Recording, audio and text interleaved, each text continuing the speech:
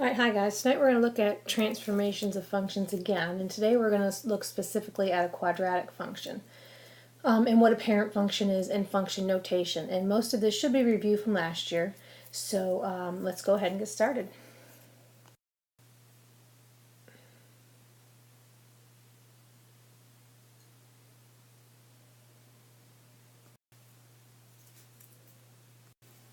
Okay, we're going to look at the graph f of x equals x squared minus 4. Keep in mind that f of x is another name for y. We just use f of x to distinguish one function from another. So if we have two functions named y, and I say graph function y, you would say which one. So f of x is the same thing as y. So the graph to the right is f of x equals x squared minus 4. And just real quick, the parent function is f of x equals x squared. We'll talk more about parent functions later, but that's x squared will give us a quadratic, and we're going to, in the next couple of days, mess with that function.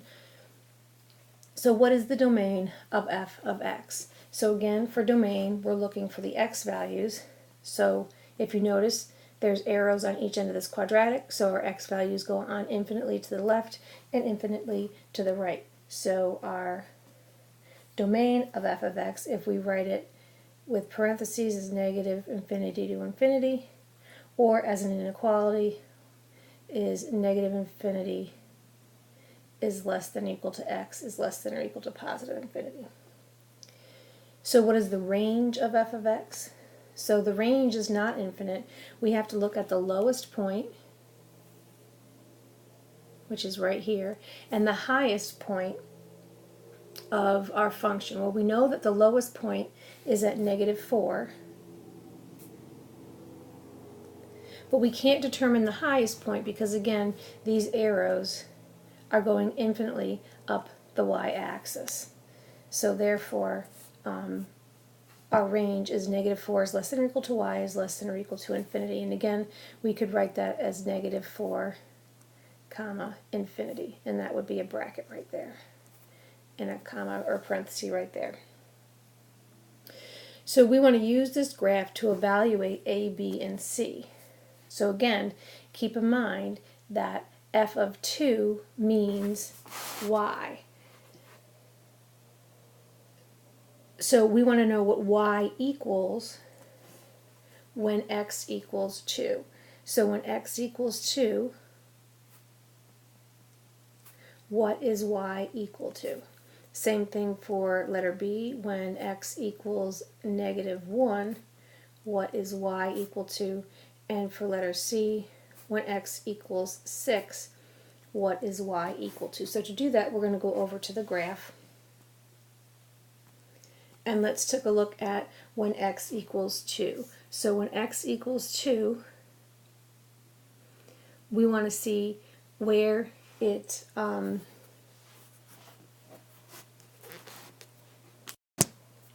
where the graph hits the y-axis when x equals 2. So when x equals 2 is right here. And where does that graph intersect the y-axis? It doesn't, so when x equals 2, f of 2, or y equals 0. So this is the point right here, 2, 0. When f equals negative 1, so here's negative 1, where does it hit the graph? Hits the graph right here. So when f is negative 1, when x is negative 1, y is negative 3. And then when x equals 6, what is y equal to? Well, our graph isn't big enough to show that, so we're just going to substitute 6 into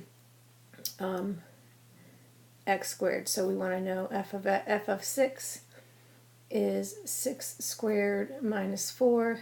That's going to give us 36 minus 4, so f of 6 is 32. So let's go ahead and try A, B, C, D below. We need to keep our function in there. So again, this one is saying, this is giving us what y is equal to. So when y is negative 4, what is x? So same thing for B, C, and D. When y is 0, we need to find x. When y is negative 3, we need to find x. And when y is 5, we need to find x, because it's telling us that f of x or y is equal to negative 4. So let's go back over to our graph.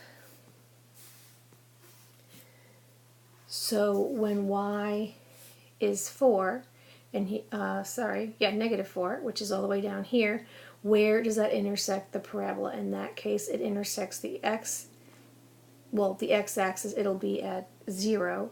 So this is the point 0, 4. So when x is 0, then y, or f of x, is negative 4. When f of x equals 0, so when y is 0, so here is the line y equals 0, that's the x-axis. It intersects the parabola in 2 points. It intersects the x-axis at negative 2 and at positive 2.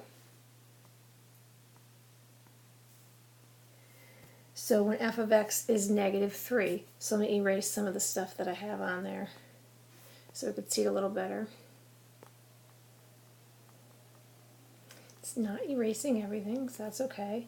So when x is negative 3, when y is negative 3, here's negative 3. Where does that hit the parabola? It hits it here and here at negative 1 and 1. And then the same thing, when y is 5, here's 5. Go out to the left, go out to the right.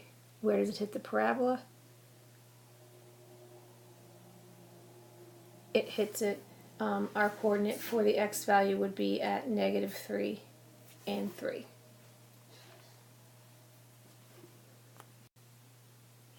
Okay, so now it's your turn. Here's the 2 video questions for tonight.